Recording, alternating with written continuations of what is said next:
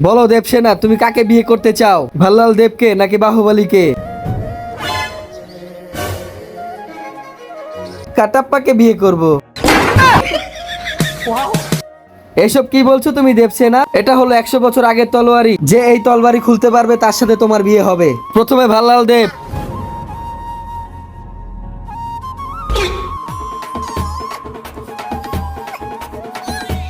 ধুর শালা।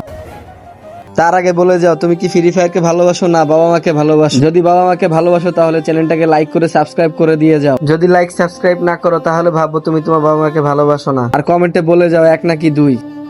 বাহুবলী, এখন তোমার পালা। বাহুবলী জয় হো, বাহুবলী জয় হো, বাহুবলী জয় হো।